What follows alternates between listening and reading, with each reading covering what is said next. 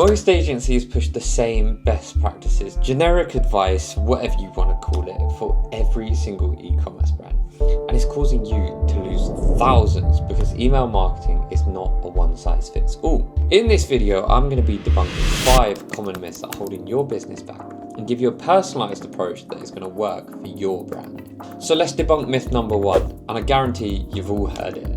You need to prioritize all core flows and campaigns. Most email marketing agencies convince you to set up as many flows as possible by showing you the flashy success metrics of email marketing.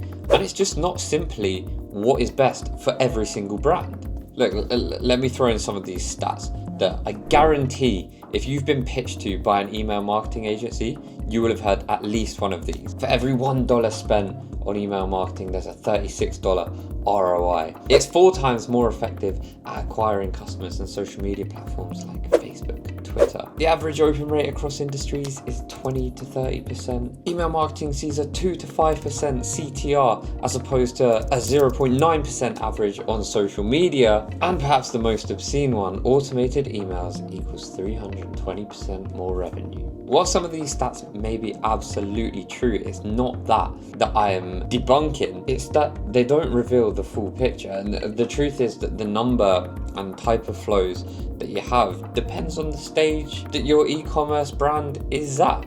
You know, in terms of revenue, niche, email list size, and the goals you have for your email channel. You know, you'll know better than anyone as an e-commerce brand.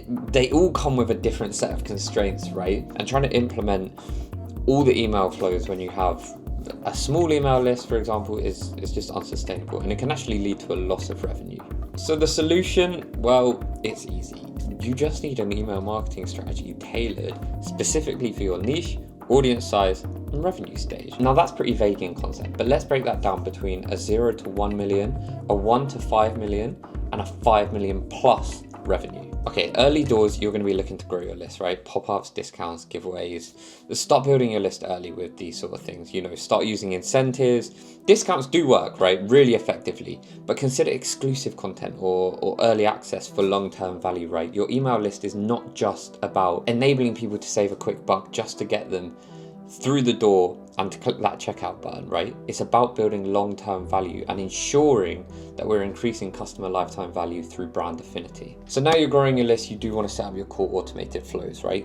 Welcome flow, browse abandonment flow, abandoned cart flow, checkout abandonment, post-purchase flow, cross-sell and upsell, right? Let me break these down very quickly. Number 1, your welcome flow is going to convert subscribers into buyers right away, okay?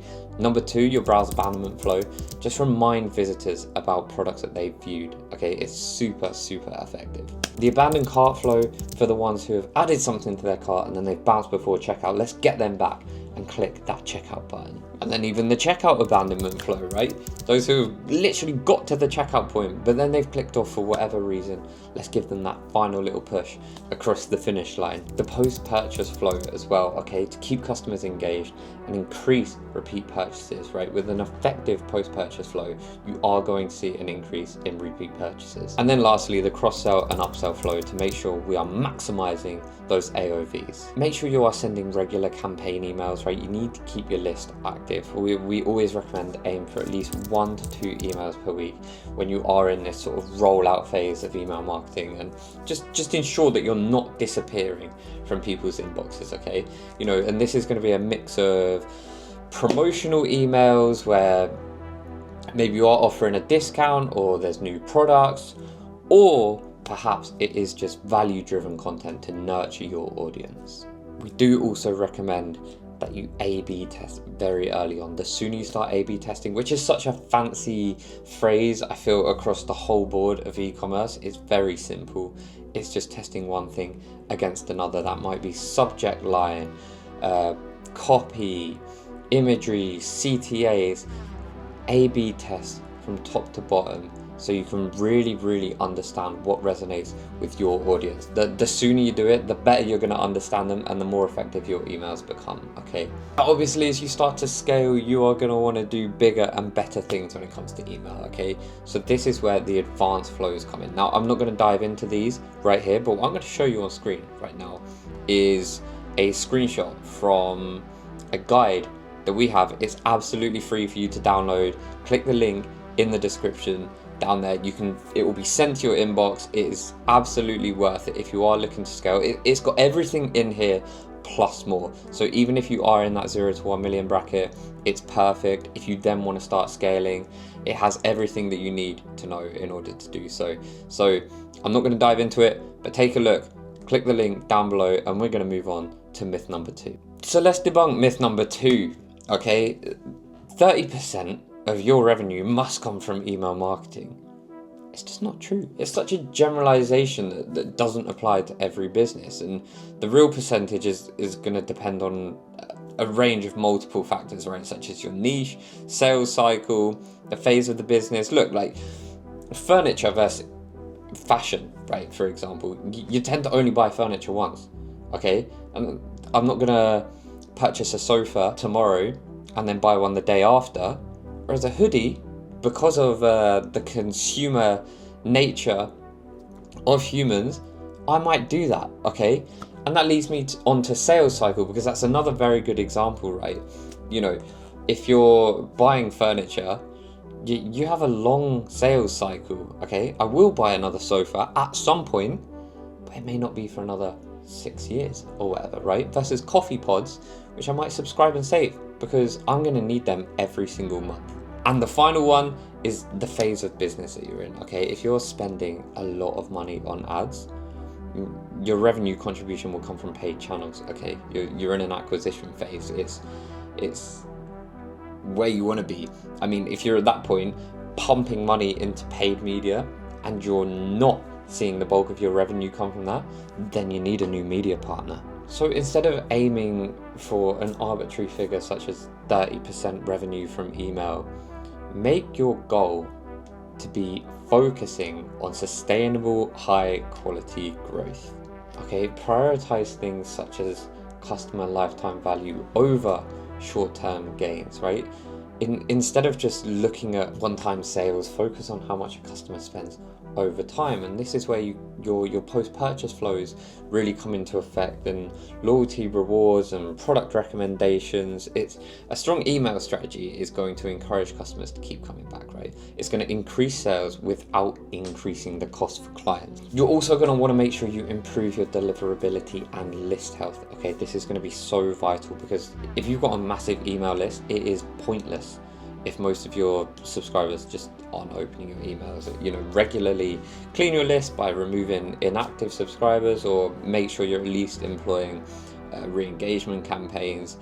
Use double opt-ins to ensure that only people who are interested in joining your list are the ones joining your list. And just keeping an engaged and active list helps make sure that your emails are actually reaching the inbox of your email list and not the spam folder, the dreaded spam folder. So, and I think lastly on this point, it'd just be to optimize the post-purchase and nurture sequences. Again, you know, most businesses focus on getting the first sale and then they just neglect everything that happens after. So make sure we're upselling, cross-selling related products, sending personalized recommendations, and use follow-ups to help you gather feedback and reviews. So let's move on to myth number 3. Segmentation is such a buzzword in e-com, right? And segmentation is sexy. But the myth that you need to personalize and segment everything as your email list grows, it's just not true. You know, most agencies will push heavy segmentation strategies, making it seem like the more segments we have, the better. However, segmenting for the sake of segmenting creates more work for your brand without necessarily increasing value. You know, especially if you're a small or growing brand, over segmentation, I feel, can actually hurt you more than it helps, because your segmentation needs to serve a purpose, right? It should drive higher engagement, conversions, and retention. It shouldn't just be a flashy tactic that's employed because it's cool, it's sexy. These guys said we should do it. You know, it has to drive a purpose. So you might be thinking, well, what the hell is the problem with over segmenting? And to be honest, it's more work, less impact. You know, if you have too many small segments, it means you've got to do more emails, you've got to create more emails, you've got to manage more emails, you've got to optimize more emails, and it doesn't necessarily lead to better results. Also, if your list is too small because you're splitting up too much, then you're sending emails to tiny audiences, and it basically limits the effectiveness of your data because your A/B tests are based on smaller batches. So again, I will provide you with a recommended solution. As a starting point, defining your segments based on your niche and a typical sales cycle will help you send the right emails to the right people. Instead of just blindly following like a 60 and 90 day segment, take a data-driven approach and ask yourself these 3 questions, right, before creating a segment. Why are you segmenting this list? What's the purpose? What is the end goal? Is it higher engagement, more conversions? And what benefits will this segmentation provide? Is it better targeting? Maybe it's more relevant messaging. But ultimately, here's how we recommend that you structure your list. You should see on screen right here.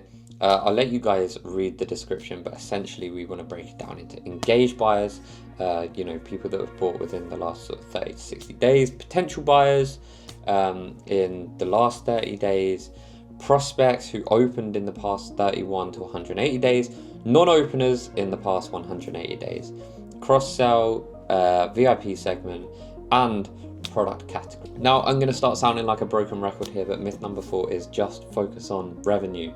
Okay, I know I've spoken about this, but your email list is not just about squeezing as much revenue as possible in a short span of time, right? It is about building brand affinity with a loyal customer base. Everyone knows that email marketing can generate massive revenue, okay? But limiting its purpose to just direct sales is such a short-sighted strategy. This might work when your email list is small, but as your list grows, your strategy needs to evolve, and simply pushing promotions and sales emails is just going to lead to subscriber fatigue and lower engagement and ultimately increased unsubscribers. The most successful brands treat their email list as a long-term asset, all right? It strengthens customer relationships, it builds trust, and it ultimately increases customer lifetime value, leading to higher revenue in the long term. So make sure you're focusing on building that relationship. Launch NPS surveys every quarter to measure brand affinity, okay? Because this is going to be the greatest asset, right? Your email list, if you build an email list or an email marketing strategy that focuses around building a relationship with your customers as opposed to just dumping sales on them, long term your revenue is going to thank you. Okay, on to the last one, myth number 5. Better designed emails equals higher conversions. We've all heard we've all heard, pretty emails, they get the clicks. And you would have seen the videos on Instagram, or you would have seen the pictures on Twitter, X, whatever you want to call it, of people designing these immaculate emails. And don't get me wrong, I'm a sucker for them. They look incredible, but they are not necessarily the highest converting email out there. And this is tested. Okay, pretty designs and aesthetic emails do not automatically lead to higher conversion rates. And many brands invest heavily in intricate HTML designs, assuming that aesthetics alone is going to drive customer action or conversion. And obviously aesthetics do play a role in sort of like brand representation, but the primary goal of an email is to communicate effectively and drive action. And I said it had been tested, it has, studies have shown that simpler email designs and even plain text emails, you all would have seen that, I'm going to put an example on the screen right now. This email, I guarantee, converts better than this email, right? The stats back it up, and I'm not saying just run all these plain text emails. It's just about acknowledging the fact that not every email has to be ultra pretty. It doesn't have to require hours of work on Photoshop, Figma, whatever you're using to design it. Sometimes we can deploy these which are much simpler and also just as, if not more, effective. But anyway, I've gone off on a tangent. Let me give you the stat that I wanna tell you, right? Analysis by Litmus of over 4 billion emails found that plain text emails had a 21% higher open rate than HTML emails. Additionally, plain text click rates were 17% higher than HTML click rates, and plain text click to open rates were 8% higher than HTML.